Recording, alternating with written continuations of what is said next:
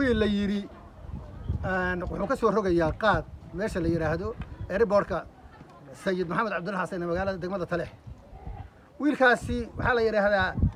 ina Saciid aw Cabdi baan u niqin barigii hore ina Saciid aw Cabdi waa nin reer Taleexa oo la yaqaano aabihina waa la yaqaan Allah u naxariisto nin gobaho sheekhaho wax badan dalka ka qabtay buu ahaa wiilkaasi bariyahan uu ka baxay dhalashadiisii iyo tii aabe iyo tii qabiilba wuxuu u wareegay nimanka la yaraahownada Hargeysa dega Musabbixi buu magaca ku darsaday ina Musabbixi baa la yiraahdaa la yiri qaadka uu ka shaqeynayna Musabbixi baa leh waa la og yahay awal baale oo nimanka reer Arab oo Musabbixi uu madaxda u yahay isaguna dhinac fadhiyaayo ina Musabbixi baa la yiraahdaa buu yiri wuu dafiray qabiilkii iyo dhalashadii hadduu qabiilkan yahay ama ka dhasho dadka meeshan jooga dhibtu la qaybsan lahaa oo xabaddu soo gali lahaa oo dagaalku soo gali lahaa maanta adigoo ina Musabbixi oo Hargeysa jooga inaad tiraahdo Taleex baan qaad ka rogayaa waa ku ahaatay waa heer ay ku gaadhay waan maqlayay waxaan kala maqlayay inaad ceebaynaysid rag badan oo reer Taleex oo jamaahiirta ah oo dagaalka ku jira kuna dhintay kuna dhaawacmay aad tiri anay wakiil la yihiin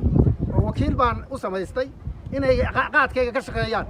adeer kuwaasi ima Musabbixi maaha uma naqaan anagu adaan ku naqaana ina Musabbixi haddaad adigu nin qiimo la tahay intaad Musabbixi iyo Hargeysa ka soo hadlaysid Taleex waa taqaanay kaalay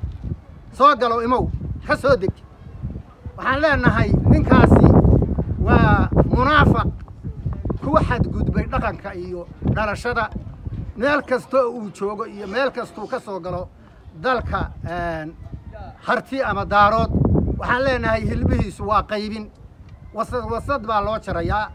waa munaafiqiintii hore uu ka mid yahay oo nimanka raacay waxaana soo dirsaday Musabbixi oo yiri adeer iga mashquuliyo diyaaradan lacagteeda ku qadimay ka rog laascaan Taleex waan ogahay warkii waa la og yahay oo reer Taleex ama dhulbahanta ama harti waa og yahay warkaaguna waa yimi oo meel walba waa joogaa hadal kale anagu ku oran mayno haddaad reer Taleex tahay ama ina Muuse ina Sheekh aw Cabdi tahay ina Saciid aw Cabdi tahay Taleex waa taqaanay kaalay Muuse haag fadhiyin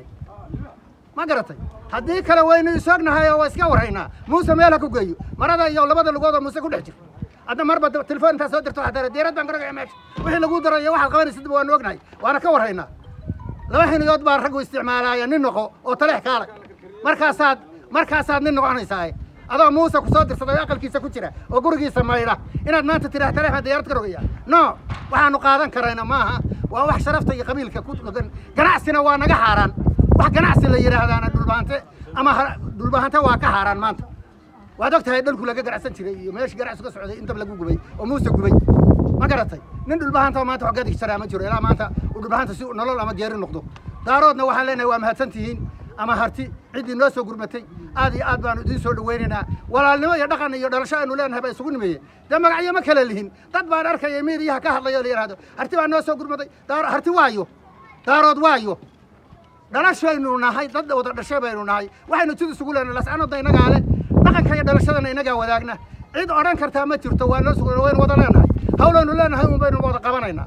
ninkii xadku waxaad gudbaa dhaqankeena iyo dhalashadeena qabiilku doonay magac doona ha sheegtee dil buu ku xukuman yahay barta oo ugu horeyso lagu qotaana lagu gogoynaya anigu intaasaan hadalka kaga baxaya